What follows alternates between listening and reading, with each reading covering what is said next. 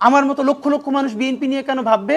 কারণ আমার পরিবারে এমন নারী আছে সারা জীবনে বোরকা পরেও পুরুষের সামনে যায় নাই।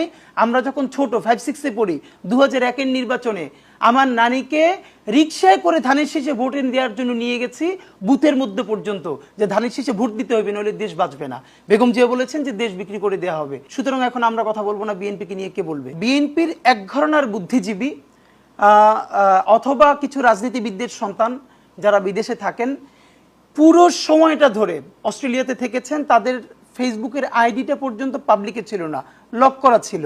তার বাবা বিএনপির এত বড় একজন নেতা, তিনি সেটা কোনোদিন পাবলিকলি লেখেনও নাই। এখন তারা বিএনপির একটা বড় স্টেক নিয়ে মোটামুটি যারা ধর্মপরায়ণ মানুষ তাদেরকে কর্নার করবার চেষ্টা করছেন।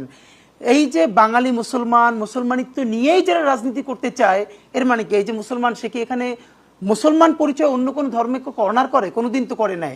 ইনসাফের সাথে যদি রাজনীতিটা করতে চায় এখন তাকে বারবার বলা হচ্ছে ফার রাইট। আমরা তো এখানে হুম্মাম কাদেরকে চিনি। হুম্মাম কাদের যে জালেমের বিরুদ্ধে লড়তে গিয়ে নিজে মাজলুম হয়েছে, গুম হয়েছে। আমরা তো ইশরাক হোসেনকে চাই।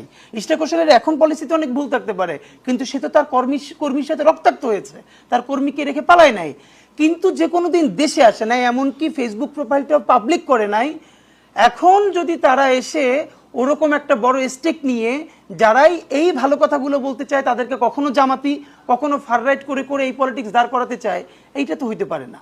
তো আমরা এখন আমাদেরকে বলা হয় কি বিএনপির ব্যাপারে তোমাদের এত ভাবতে হবে না। তাহলে তাদের কাছে জানতে চাই বিএনপির ব্যাপারে আমরা ভাববো না, ভাববে কি তাহলে ইন্ডিয়া?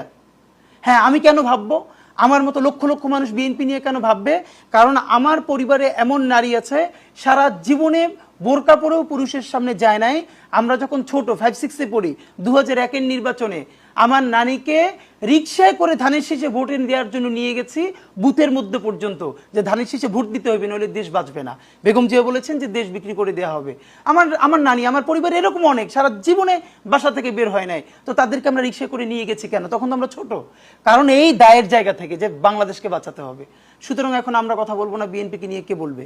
এই জন্য আপনাদের মাধ্যমে বলা, যারা এখন নব্য সেই বিএনপি যারা অস্ট্রেলিয়ায় থেকে, কানাডা থেকে, আমেরিকায় থেকে প্রচন্ড বুদ্ধিজীবিতা করছেন, ইংলিশে ফার রাইট বলে বলে বলে বলে একটা এলিট অর্গাজম সৃষ্টি করার চেষ্টা করছেন, ওটা আসলে টিকবে না। যদি ওইটাই বিএনপি টিকে যায় তাহলে এখানকার শহীদ জিয়াপন্থী আর একটা রাজনীতি কেউ তৈরি করবে, এটা আপনাকে বলি। মানে বিএনপি যদি সিদ্ধান্ত নেয় সে আওয়ামী লীগের রাজনীতি করবে, তাহলে এখানে লক্ষ লক্ষ তরুণ নতুন করে শহীদ জিয়া এবং বেগম জিয়ার রাজনীতি করবে।